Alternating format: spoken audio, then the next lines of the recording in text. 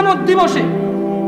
সব চাইতে কম আযাব যাকে দেওয়া হবে, তার পায়ের নিচে একটা কয়লা রাখা হবে জাহান্নামের, তার মস্তিষ্ক টকবক টকবক করে জ্বলবে, তার মস্তিষ্ক টকবক টকবক করে জ্বলবে।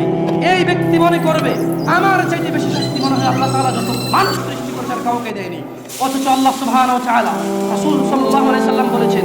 এর চাইতে নিম্নমানের শাস্তি আর কাউকে দেওয়া হবে না, যার পায়ের নিচে শুধু একটা কয়লা রাখা হবে, তার মস্তিষ্ক টকবক টকবক করে জ্বলবে। আল্লাহ সুবহানাহু ওয়া তাআলা বলেন ইউবাসসিরুনহুম, ও মুহাম্মদ সাল্লাল্লাহু আলাইহি সাল্লাম আপনি দেখবেন অপরাধীরা যারা ঘুষ নিয়ে ব্যস্ত, সুদ নিয়ে ব্যস্ত, জিনা নিয়ে ব্যস্ত, মদ নিয়ে ব্যস্ত, জুয়া নিয়ে ব্যস্ত, মিথ্যা নিয়ে ব্যস্ত,